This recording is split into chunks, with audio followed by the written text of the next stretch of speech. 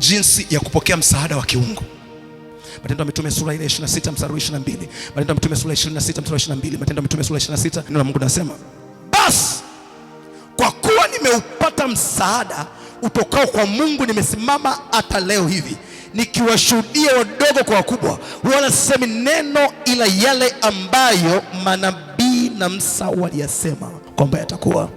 Nimesoma kitabu cha Matendo ya Mitume sura ile ya 26 mstari wa 22. Asema basi kwa kuwa nimeupata msaada utokao kwa Mungu, nimesema hata leo. Kuna misaada mingi, iko misaada mingi, lakini misaada hiyo ina ukomo. Ni Mungu peke yake mwenye uwezo wa kumsaidia mwanadamu milele. It is only God who can help a man forever. Why? Because a man can help you, but one day that man can disappear. One day that man can die. Siku moja huyo mtu anayekusaidia anaweza akafa. Siku moja huyo mtu anayekusaidia anaweza akaondoka duniani. Siku moja mtu anayekusaidia anaweza akalala mauti. Watu wanapolia katika misiba hawalii kwa sababu sijui mtu kafa. Hapana, wanalia kwa sababu yale waliokuwa wakiyapata, manake msaada waliokuwa wakiupata, aidha wakiushauri ama wakifedha ama kitu fulani, hawatauona tena. That's why you see people. Ndio maana utaona watu kwamba aidha ni mtu fulani alikuwa akisaidiwa na familia kwenu, afu ghafla mlikuwa mmebaki na baba akaondoka. Yule mtu atauliza, hivi utaendelea kunitunza kama mimi nilivyokuwa nanitunza? Kwa sababu amekufa. Kufa kila mmoja atakufa, but what they care for is that help. Mwanadamu ana msaada isipokuwa Mungu aliye hai, katika jina la Yesu Kristo. Yeye aliyekuumba akakuleta duniani kwa kusudi maalum, huyo Mungu ndiye aliye na msaada wako. Mungu anaweza akatumia watu. Mungu anaweza akamtumia mama yako, baba yako, kaka yako, mjomba wako. Mungu anaweza akatumia watu mbalimbali, lakini hajakuruhusu uwategemee watu. Amekuruhusu umtegemee Mungu. Usitegemee msaada ule ambao wanakupatia hao watu, bali mtegemee Mungu anayewagusa watu wakusaidie. Now, you see, msaada wa mwanadamu una ukomo. Msaada wa mwanadamu una majuto. Jifunze kuishi kwa kumtazama Kristo. Umwambie Mungu, kama wewe hautanisaidia, hakuna mwanadamu wa kunisaidia.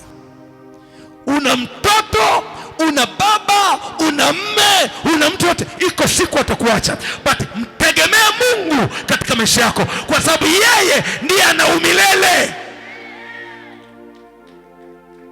Rely on the help of God. It is the help of God that changes the life of people. Ni msaada wa Mungu ndio unaobadilisha maisha ya watu. Ni msaada wa Mungu ndio unaopatikana kwa wakati. Ni msaada wa Mungu ndio unayekomesha mateso. Ni msaada wa Mungu ndio unaokupa ushindi katika vita zako. Sasa ifike hatua ujiachilie kwa Mungu. Usiangalie una nini, usiangalie una elimu gani, usiangalie una vyeti gani. God's help is the best help than any kind of help. Msaada wa Mungu ni bora kuliko msaada wa aina yoyote. Ni bora kuliko msaada, kwa sababu ni msaada unaopatikana milele. Kwa mingine itakoma, lakini wa kwake unapatikana kwao wanaohitaji siku zote.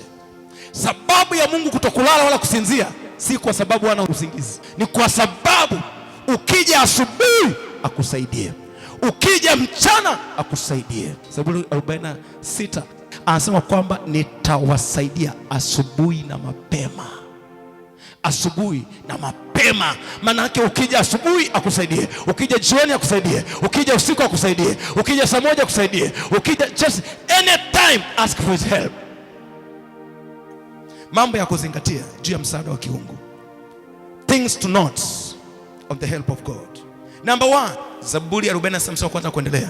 Sasa Mungu kwetu sisi ni kimbilio na nguvu, msaada utakaoonekana tele wakati wa mateso. Mstari wa 2, kwa hiyo hatutaogopa ijapobadilika nchi, ijapotetemeka milima moyoni mwa bahari. Mstari wa 3, maji yake yajapovuma na kuumuka, ijapopepesuka milima kwa kiburi chake. Mstari wa 4, kuna mto vijito vyake vya kufurahisha mji wa Mungu, patakatifu pa maskani zake aliye juu. Mstari wa 5, Mungu yu katikati yake, hautatetemeshwa.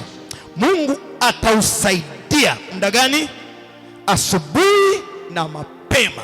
Sura 6 anasema taifa yalighadhabika, falme zikataharuki, alitoa sauti yake, nchi ikayeyuka. Sura 7 Bwana wa majeshi yu pamoja nasi, Mungu wa Yakobo ni ngome yetu. Mstari wa 8 njoni myatazame matendo ya Bwana, jinsi alivyofanya ukiwa katika nchi. Mstari wa 9 avikomesha vita hata mwisho wa dunia, avunja uta, akata mkuki, achoma moto magari. Mstari wa 10 acheni mjue ya kuwa mimi ni Mungu, nitakuzwa katika mataifa, nitakuzwa katika nchi. Mstari wa 11 Bwana wa majeshi pamoja nasi, Mungu wa Yakobo ni ngome yetu. Things to note. Number 1, vitu vya kuzingatia ama vya kujifunza katika sura hiyo. Moja, the help of God is the only help that is available in the time of trouble. Msaada wa kiungu ndio msaada pekee unaopatikana wakati wa mateso. Anasema Mungu kwetu sisi ni kimbilio na nguvu, msaada utakaoonekana tele wakati wa mateso. Wakati gani msaada wa Mungu unaonekana? Wakati wa mateso.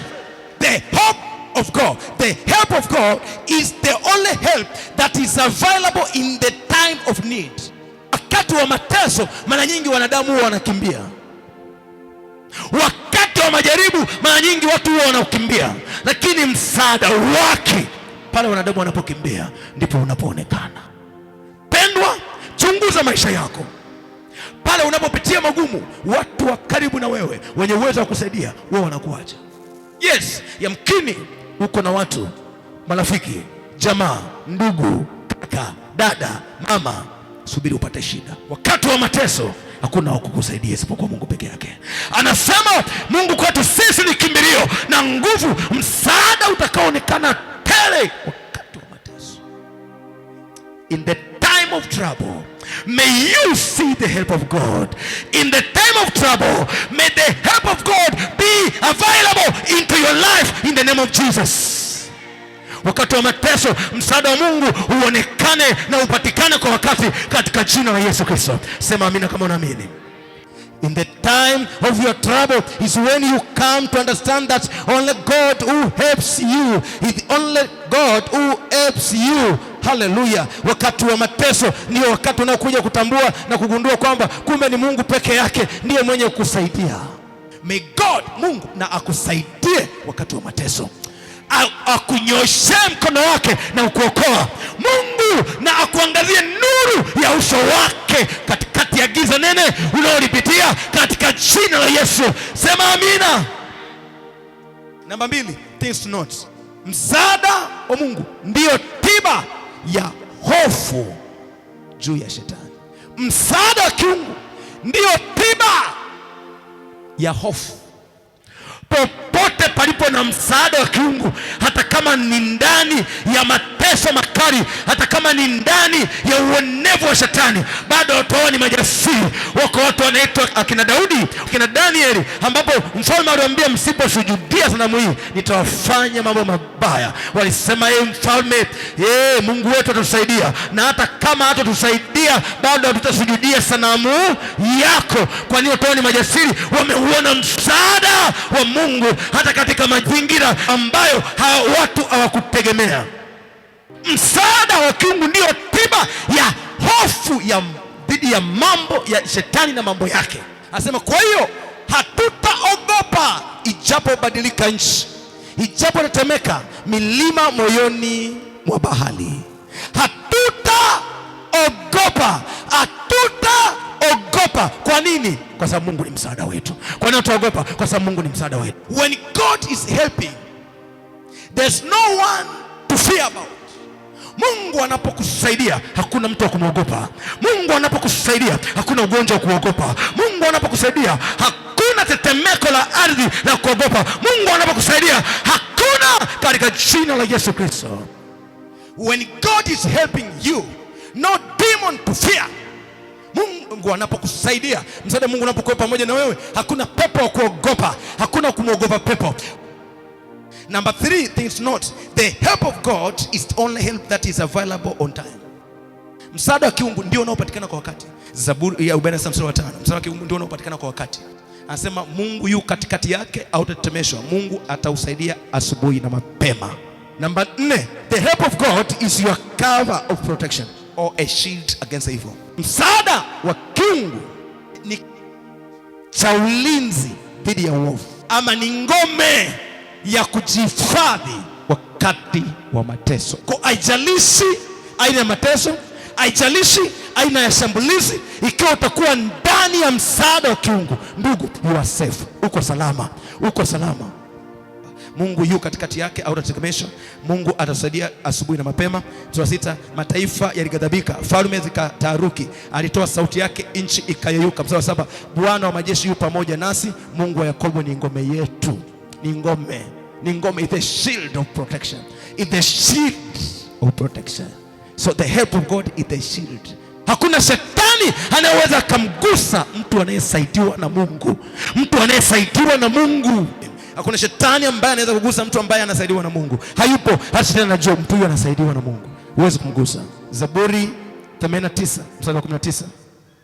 Anasema, ndipo ulipowaambia watakatifu wako kwa njozi, ukasema, nimempa aliyodali msaada, nimemtukuza aliyechaguliwa miongoni mwa watu wengi. Alikuwa anazungumzia nani?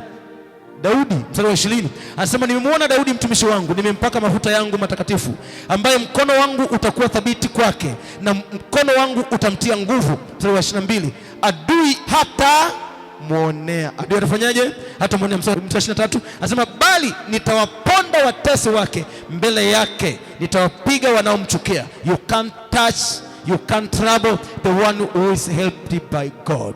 Huwezi kugusa, huwezi kuharibu maisha ya mtu anayesaidiwa na Mungu. Never ever, don't try it. Usijaribu kumgusa mtu anayesaidiwa na Mungu. Mambo ya Nyakati wa Pili kwa sura 20 mstari wa 12 mpaka 15.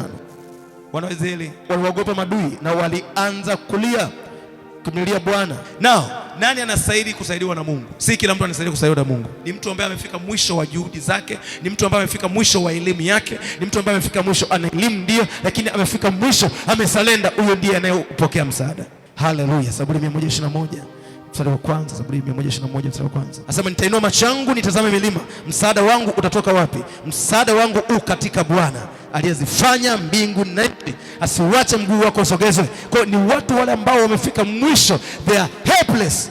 Omba, funga, lakini bado tegemea msaada wa Mungu.